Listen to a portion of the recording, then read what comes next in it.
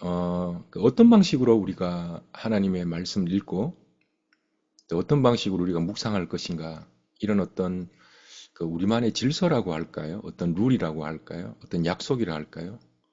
그래서 오늘은 그 창세기 서론 부분에서 뭐 창세기 배경을 서론으로 갖고 온 게 아니라 이 말씀을 우리가 어떻게 묵상할 것인가 이 부분을 우리가 이제 약속으로 우리가 좀 나눌까 합니다. 그래서 매우 중요한 시간일 것 같고요. 이건 단순히 어떤 우리가 성경 읽기의 서론이라기보다 우리 신앙생활의 서론, 그리고 말씀을 대하는 우리의 그 서론이 되지 않을까라는 그런 생각을 해요. 그래서 오늘 우리가 말씀을 어떻게 묵상할 것인가, 이미 여러분 다 알고 있는 내용이겠지만 좀 더 우리가 좀 우리 삶 속에서 또 실제로 우리가 말씀 읽어 나갈 때 좀 실제적으로 우리가 우리 교회 안에서 또 우리가 어떻게 읽을 것인가 다시 한번 생각하고 정리하는 시간들 되기를 바랍니다. 성경은 여러분 성경이 언제 성경책이 말이에요. 제일 처음에 기록된 성경책은 그 가나안 땅 앞에서 모세가 기록한 거잖아요. 그 창세기를 그 태초에 기록한 게 아니고 이제 계속 이제 전해 내려오던 이야기를 모세가 책으로 기록했단 말이죠. 그럼 모세 이전에 많은 역사가 있을 것 아니에요? 아담으로부터 시작해서 쭉쭉 내려와서 노아, 아브라함, 이삭, 야곱, 요셉, 그리고 이제 이집트로 넘어가서 이제 이집트에서 애굽에서 탈출, 애굽을 하면서 이제 가나안 땅으로 향하게 되는 거잖아요. 자, 그러면 그 가나안 땅 앞에서 모세가 책으로 기록했는데 그 전에 그러니까 그 모세가 기록했던 모세오경 이전에는 성경책이 있었을까요? 여러분 성경책이 있었습니다. 어떤 성경책인가 하면 구전이라는 성경이에요. 그러니까 모세가 성경책을 기록하기 이전에도 구전이라는 방식으로 성경은 존재했다라는 겁니다.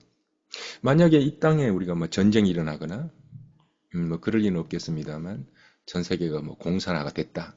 이제 가정입니다. 그럼 이제 성경책을 좀 더 불태웠다라고 해도 성경책은 사라지지 않아요.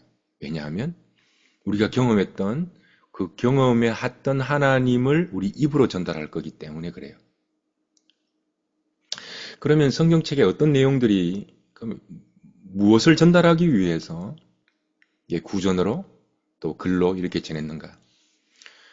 내용은 여러 가지가 있겠습니다만 그 사건이 있고 뭐 여러 가지 인물들이 있겠습니다만 그 공통적인 내용은 하나님이 어떤 분인지 하나님께서 무엇을 하려고 하셨는지 또 우리는 누구인지 하나님께서 우리에게 무엇을 하기를 원하시는지 이런 내용들을 말로 전달하고 그림으로 전달하고 글자로 언어로 문서로 기록했습니다.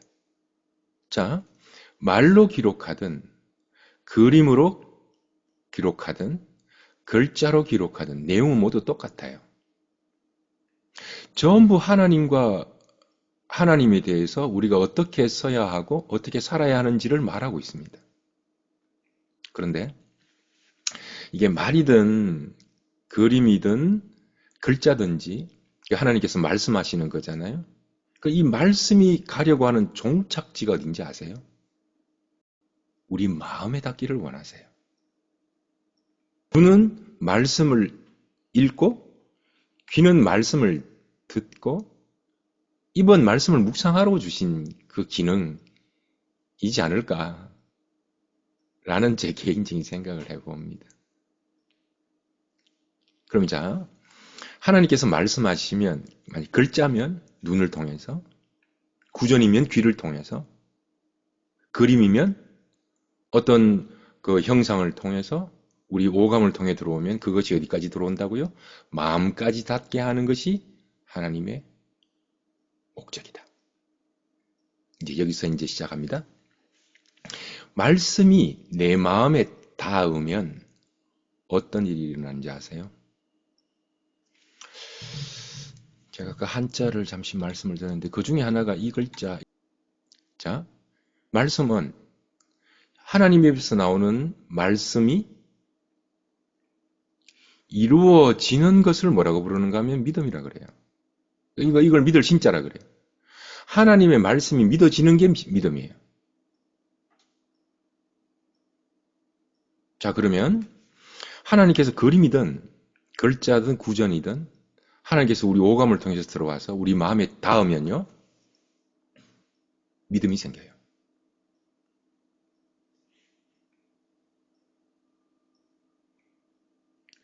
아브라함이 이삭을 바치라고 했잖아요. 아브라함에게. 하나님이 말씀하셨잖아요. 여러분, 이게 과연 가능할 이야기이겠습니까? 아마 너무너무 고통스러웠을 것 같아요. 근데 아브라함에게 특별히 아브라함 같은 우리가 그 디스크를 하면서 특별히 아브라함 같은 유형은 더 힘들 그 시험이라고 말씀을 드렸잖아요. 굉장히 고통스러운 그 일을 할 수 있었던 건 뭔가 하면 믿음이에요. 자, 그럼 믿음은 어디서 오는가? 하나님의 입에서 나오는 말씀이 반드시 이루어질 것이라는 것을 믿는 것이 믿음이에요. 아브라함이 그 믿음을 붙들은 거죠. 모세가 떨기나무 앞에서 새로운 사명을 받았잖아요. 그러니까 모세 같은 경우는 정확하지 않으면 움직이지 않는 사람이잖아요. 그래서 뭐 네이비법보다 하다는 둥, 뭐 누가 보냈다고 하면 뭐라고 말할까요? 그 준비를 철저하게 하는 모습 속에서 모세가 그 자기의 기지를 뛰어넘고 바로 앞에 갈 수 있었던 건 뭔가 하면 믿음 때문입니다. 믿음 어디 생긴다고요? 말씀이 내 마음에 닿을 때 믿음이 생깁니다. 이처럼 성경의 모든 인물, 그 오늘날 성도들을 포함한 그 믿음을 키우시고 내가 어떻게 살아야 하고 내가 어떤 영적 전쟁 가운데 서야 할지 그 힘, 깨달음, 능력 이 모든 것이 어디서 나오는가 하면 말씀에서 나와요. 말씀이 내 마음에 닿으면 반드시 믿음이 생겨요.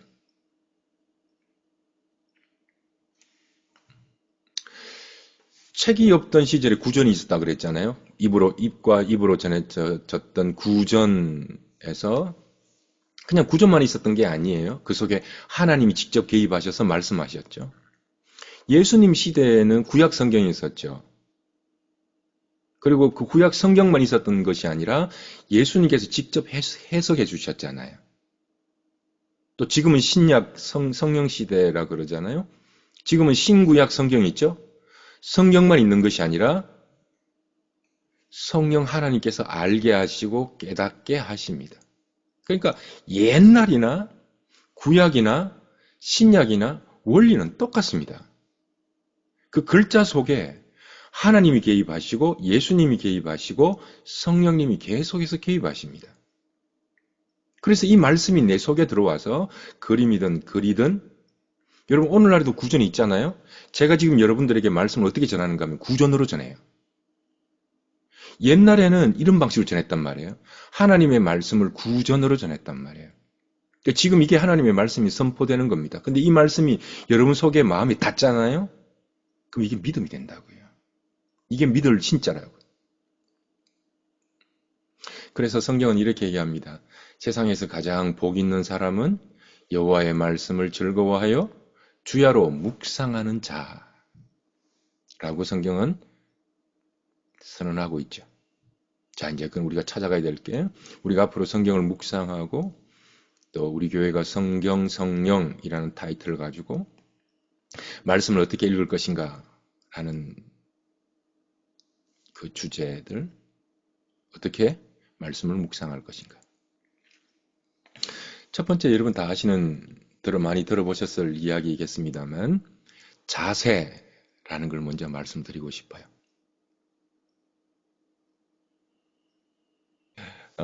허리를 똑바로 세우라 뭐 이런 자세를 말하려고 하는 게 아니고 마음의 태도를 말하려고 해요.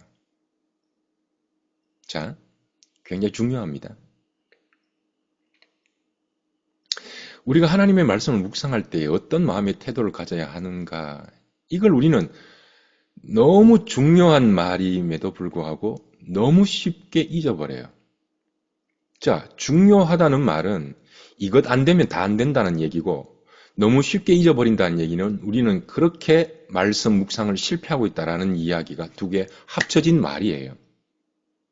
너무너무 중요한데 너무너무 자주 잊어버려요.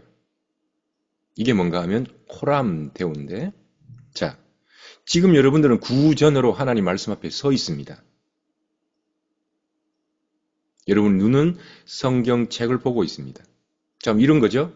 코람데오, 하나님 앞에 서거든요. 하나님은 위에서 말씀하시고 나는 지금 듣고 있는 이 그림이에요. 이걸 조금 우리 교회스럽게 또 제가 늘 사용하는 방식으로 사용해 볼게요. 하나님은 말씀하시고 나는 그 앞에서 듣고 있는 이 그림을, 나는 지금 말씀을 읽고 있죠. 말씀을 읽고 있는 나예요. 왼손입니다. 지금 제 손으로. 말씀을 읽고 있는 나와 말씀을 읽고 있는 나를 보고 있는 성령 하나님 안에서의 또 다른 나예요. 이 의식이 성경 묵상의 핵심입니다. 다시. 지금 나는 창세기나 구전이나 눈이나 오감을 통해서 말씀을 읽고 있습니다. 근데 너무너무 중요한 사실, 그리고 너무나도 자주 잊어버리는 사실은 말씀을 읽고 있는 나를 보고 있는 성령 하나님 안에서의 진짜 나입니다. 이 의식이 태도예요. 그래서 여기서 어떤 마음을 어떤 걸 구분해낼 수 있는가 하면 성경을 읽고 있는 나를 위에서 본다고 생각해 보세요. 여러분 그림에. 그러면 성경을 읽고 있는 나의 생각과 감정을 뛰어넘을 수 있는 길이 보여요. 이걸 말씀을 드리려고 하는 겁니다. 그러니까 이 의식을 생각해서 어떻게 말씀 묵상할 것인가 라는 것을 제가 좀 나눠드리고 싶은데, 자, 제 손가락을 한번 보실래요? 4단계 성경 묵상법을 말씀드리는데, 위로 하나님, 아래로 인간, 물어봐, 물음표입니다. 느껴봐, 느낌표, 좌우로 실천해. 요 4가지로 한번 따라해 보실래요? 위로 하나님, 아래로 인간, 물어봐, 느껴봐, 좌우로 실천해. 자, 방금 제가 위로 하나님이랬죠? 이 의식이 말씀을 읽고 있는 나와 말씀을 읽고 있는 나를 보고 있는 성령 하나님이에요. 그래서 성경책을 읽을 때 첫 번째 해야 될 게 위로 하나님께 집중하는 겁니다. 그러니까 지금 읽고 있는 나에 집중하는 것이 아니라 위로 하나님을 제일 먼저 묵상한다. 그럼 이제 묵상해 볼까요?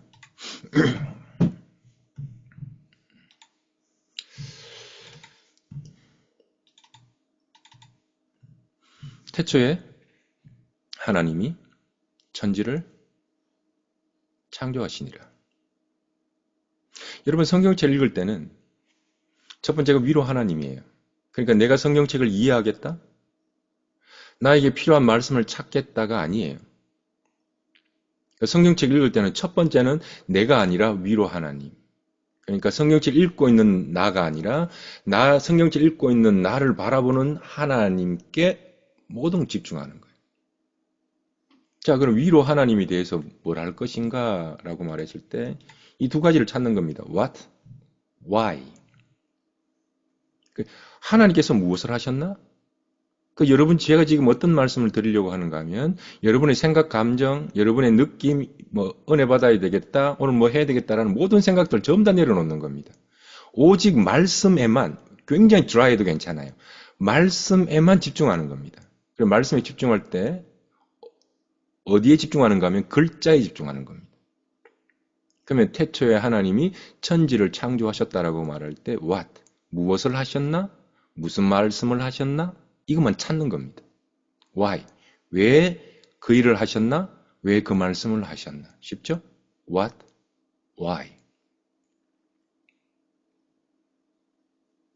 하나님은 무엇을 하셨습니까? 여기서 우리가 위로 하나님 찾을 때 what? 하나님은 창조하셨다. 제가 한번 세 번만 묵상하는 것처럼 제가 묵상하는 것처럼 한번 읽어볼게요. 천천히 입으로 중얼거립니다. 하나님이 하늘과 땅을 만드셨다.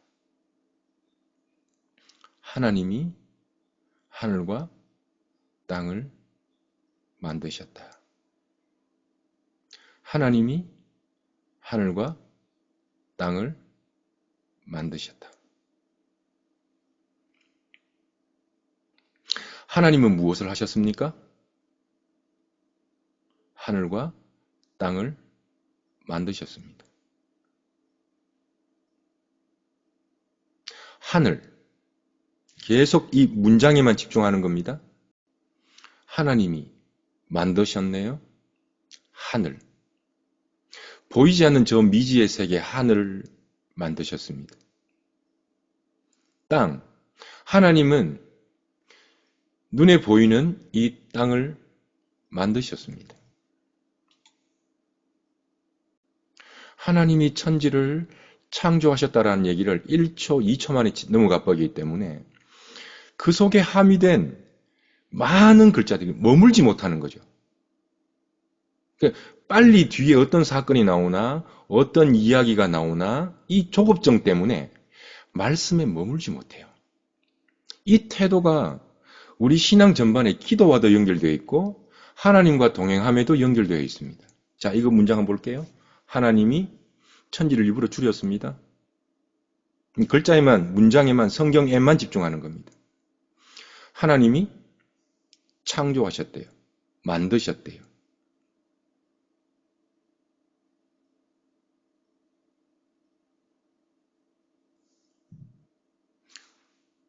원인과 결과가 이 속에 이 글자를 하나 천지라는 단어를 살짝 줄이고 하나님이 창조하셨다. 원인과 결과를 이 문장 속에서 찾아내는 겁니다. 주인과 피조물의 위치를 드러내고 있단 말입니다. 천지, 보이는 땅의 모든 것과 땅, 보이지 않는 내일의 모든 일들도 하나님께서 만드셨습니다. 이 설명 없는 문장 선포가 하나님의 어떤 목소리의 톤 같은 게 느껴져요.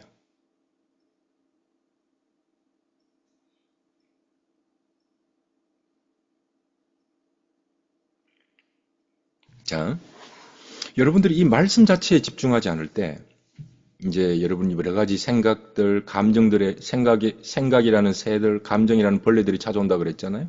그럼 뭐 말씀이 집중하지 못하면 이 문장, 말씀이 집중한다는 건 이 문장 자체에 집중하는 겁니다. 그러니까 여러분들이 성경책을 볼 때 문장을 뚫어지게 보는 겁니다.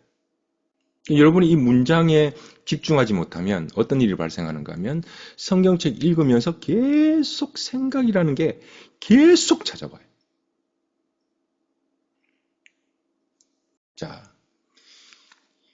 이게 우리 생각에 이게 박스라고 쳐봅시다. 이게 박스의 한계예요.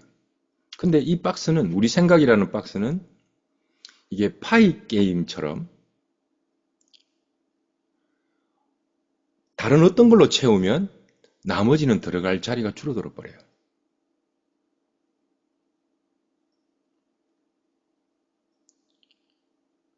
그래서 말씀을 가득 채우면 세상이 들어올 자리가 없어지고 세상이 가득 차면 말씀이 들어올 자리가 없어져 버립니다. 생각이 들어올 틈이 없는데 여러분의 생각 세상들이 가득 차 있잖아요. 그러면 여러분 말씀 읽을 때 말씀에 그릇이 작기 때문에 말씀이 조금만 어려워지면 집중 못합니다. 처음부터 흐트러져 버려요. 그러니까 여러분들이 평소에 이 문장 속에서 문장과 씨름하는 굉장히 어떻게 보면 좀 귀납법이라고 할까요? 굉장히 드라이하다고 할까요? 그 문장 속에서 여러분 굉장히 노력하고 공부하고 머물게 될 때 예전에는 경험하지 못했던 그 성경 깊이 같은 걸 느껴요. 자, 말씀 묵상이잖아요. 말씀 읽는 거잖아요. 말씀을 먹으면 이제 문장을 먹는 거잖아요. 글자를 먹는 거잖아요. 눈을 통해서 귀를 통해서 내 속에 먹는 거잖아요. 그럼 내 속에 들어가잖아요. 내 속에 어딘가에 이게 쌓이겠죠. 저는 그걸 무의식이라고 표현을 해볼게요. 여러분 사람은 무의식에 지배받는다는 논문을 읽어보신 적이 많으시죠? 제가 지금 방금 물컵 들었죠? 물컵을 들기 전에 행동하기 전에 0.2초 전에 이미 뇌에서 행동하기 전에 뇌의 활성화가 일어난다고 합니다. 행동하기 전에 이미 무의식은 뇌에서 반응하고 있다는 얘기예요. 무엇에 반응하는가? 뇌에 각인된 것에 반응한다고 합니다. 자, 여러분이 말씀 묵상이 왜 중요한가를 말씀을 드리는 겁니다. 이게 뇌에 각인된다는 그 무의식의 유명한 실험이 있는데, 그건 코카콜라, 그 펩시, 여러분 코카콜라를 좋아하세요? 펩시를 좋아하세요? 상표를 보여주고 사람들에게 이건 코카콜라예요, 이건 펩시예요 라고 말하고 이제 실험을 하면 대부분의 사람들이 코카콜라를 더 맛있다고 압도적으로 이제 투표를 한대요. 근데 이제 블라인드 테스트를 해요. 눈을 가리고 코카콜라와 펩시를 맛보게 하고 어느 것이 더 맛있냐라고 물으면 코카콜라 이 관계자는 좀 싫어할지는 모르겠습니다만 실험 결과는 펩시가 높더라는 거예요. 그럼 이게 뭘 말씀을 실험에 말하는가 하면 노출을 많이 시킨 것에 사람은 익숙해진다. 제가 지금 뒤에 어떤 말씀을 끌고 나가려고 하는 거 알죠? 이 말씀 묵상이, 그 말씀 묵상의 핵심은 태도요, 글자입니다. 글자.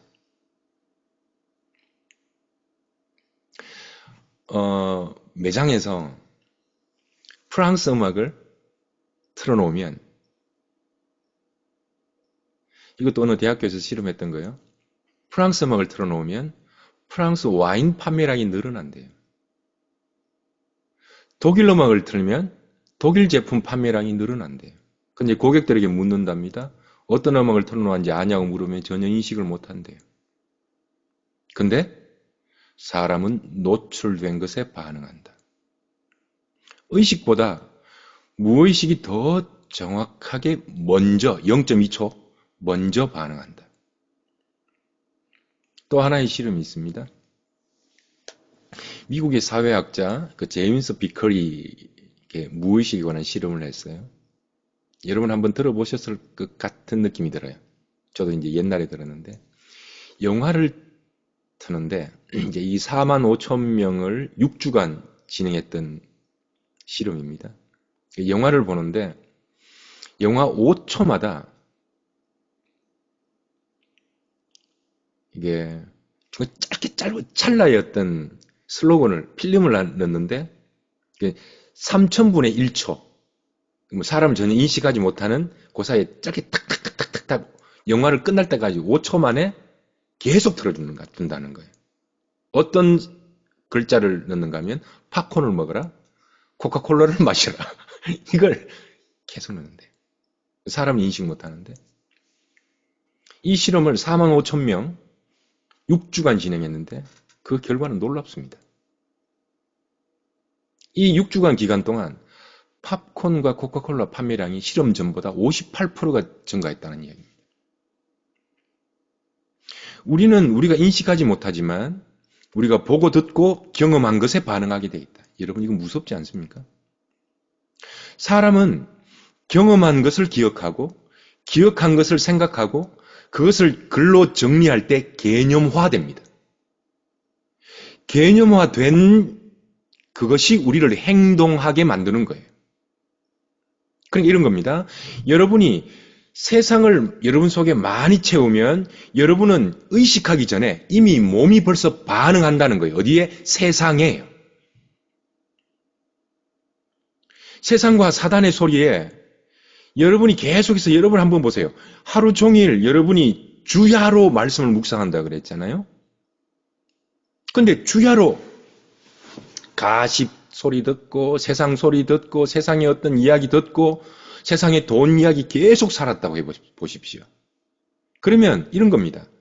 영하 5초 만에 3000분의 1초 이게 계속 여러분들에게 코카콜라 마셔라, 팝콘을 먹어라, 하나님을 떠나라.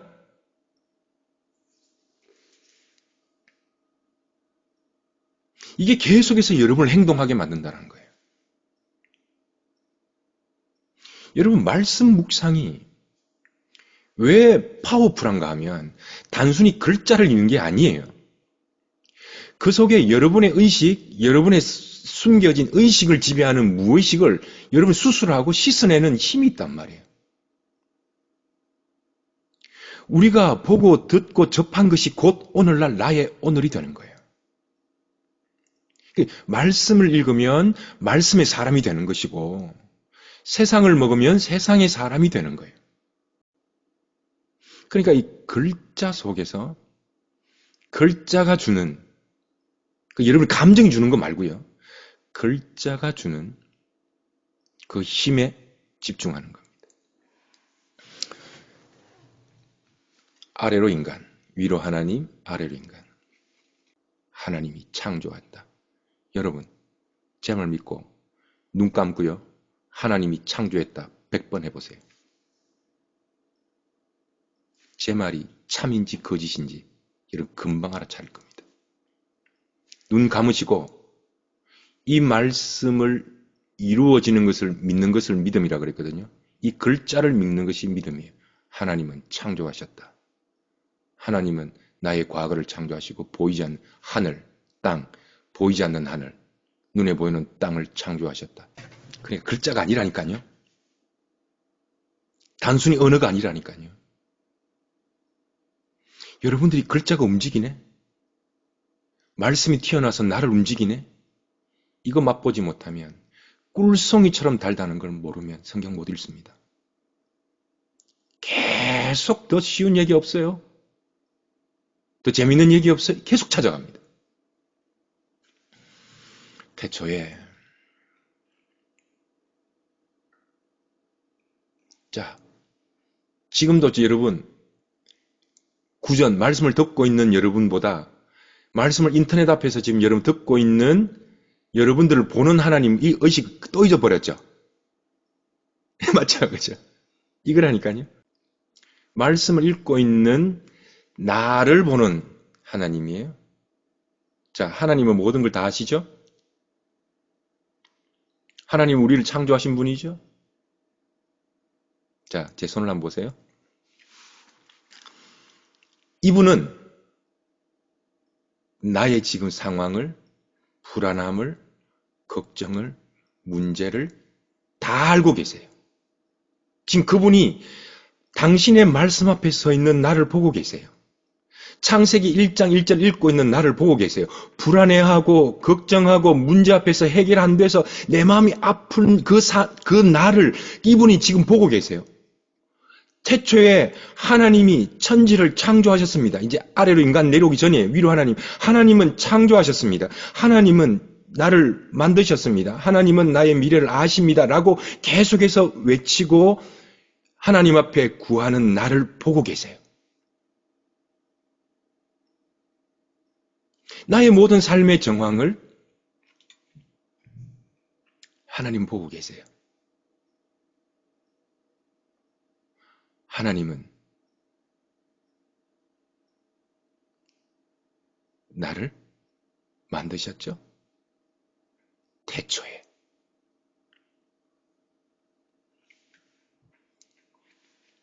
나를 만드신 그 시간, 나를 지으신 그 시간이 태초네요. 하나님이 지금 나를 만들었구나라고 지금 글자를 읽는데 이게 현재 읽잖아요. 지금 읽잖아요. 자, 나를 만드신 건 옛날이잖아요. 지금 제가 양자역학 중첩의 원리 말씀드리려고 하는 겁니다. 이거 양자과학입니다. 하나님은 나를 옛날에 만들었잖아요. 나는 지금 이 글자를 하나님은 나를 만드셨다고 지금 읽고 있잖아요. 현재 읽고 있잖아요. 양자 중첩. 내가 지금 그걸 인식하는 순간 태초는 지금으로 와버립니다. 양자 중첩이 뭔가 하면 빛이 원자인데요.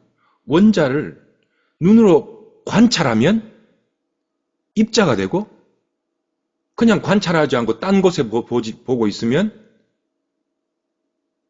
파동이 돼요.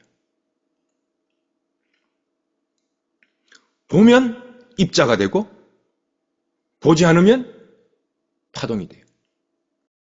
다시요. 인식하고 관찰하고 눈으로 보고 현지화시키면 그것이 내 앞으로 와요. 양자 중첩입니다. 내가 지금 하나님이 나를 만드셨다라는 과거의 사건이지만 그걸 눈으로 현재화시키면 그것이 실제화돼요. 그 실제되는 그 시간이 태초예요. 그러면 하나님께서 나를 만드신 그 태초의 사건이 지금 일어나는 거예요. 태초는 시간이 아닙니다. 하나님은 나를 만드셨다. 하나님은 나를 만드셨다. 이건 지금 제가 한 10번 정도 했잖아요. 여러분이 개인적으로 시간을 따로 가져서 진심으로 믿으신 그에 나오는 말씀을 하나님, 그 코람데오의 자세로 하나님은 나를 만드셨다. 하나님은 나를 만드셨다.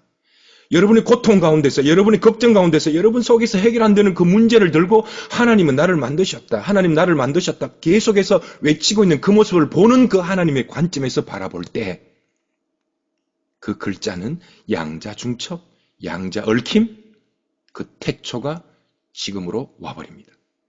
이 태초를 시간으로 번역하는 모든 번역은 오류예요. 태초는 시간이 아닙니다. 태초는 사건입니다. 태초는 시간이 아니라 태초는 사건입니다. 어떤 사건? 나를 창조하시는 사건이 되어버립니다.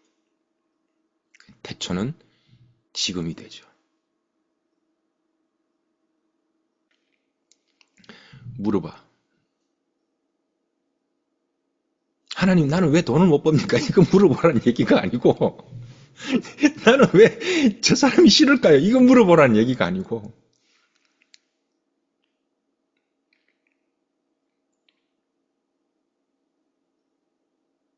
하나님 지금 나에게 무슨 말씀하십니까를 물어보라고요.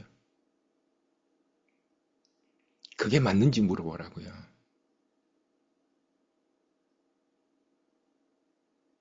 하나님 지금 나를 보고 계신 거 맞죠? 이거 물어보라고요. 하나님 지금 나를 보고 계시죠? 하는데 다음 구절에서 그걸 느낀다면 그건 하나님의 응답입니다.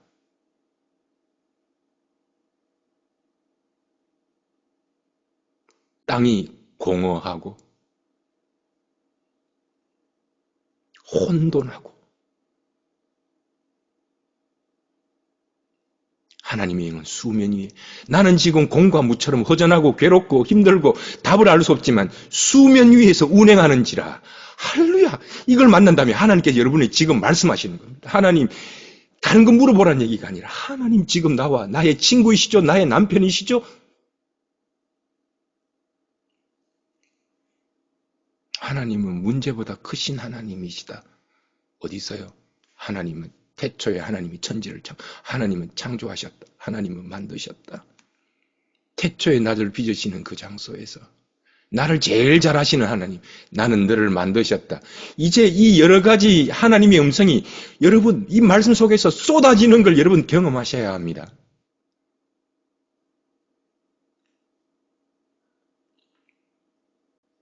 여러분 창세기 성경을 통해서 이거 배우려고 이 하나님 배우려고 읽는 것 아닙니까? 정말 내가 사라지고 하나님의 이름만 드러날 수 있겠나? 내 삶 속에서 하나님만 드러날 수 있겠나? 여러분 이쯤 되면요. 말씀 읽다 기도 막 터져 나옵니다. 막 선포하게 됩니다. 하나님 우리 자녀를 만들었어. 두려워하지 마. 하나님이 만드셨다. 하나님이 만드셨다. 하나님이 만드셨다. 하나님이 만드셨다. 이러면서 여러분 막 선포하게 됩니다. 그걸요. 적으라고요. 태초를 경험했잖아요. 태초를 경험하고 경험한 걸 기억하고 기억한 걸 적으면 실제와 개념화됩니다. 그래서 노트를 적는 거예요. 글 쓰는 것의 힘. 말씀 묵상은 그래서 우리의 힘의 능력의 원천이다. 성도가 비로소 신앙생활을 시작하는 단계가 말씀 묵상하는 때부터다. 여러분 삶 속에서 말씀 묵상이 일어나는 그때부터 신앙생활은 시작된다. 그래서 여러분 속에 여러분 집 가정 가운데 가장 여러분이 집중할 수 있는 시간들 있잖아요. 묵상할 시간과 장소를 미리 확보해 두는 것이 좋다. 이건 집이 없어서가 아니라 차도 있잖아요. 그죠? 우선순위의 문제다. 그 자신을 진심으로 말씀 앞에 서서 진심으로 자기 자신을 내어드려라. 숨기지 말고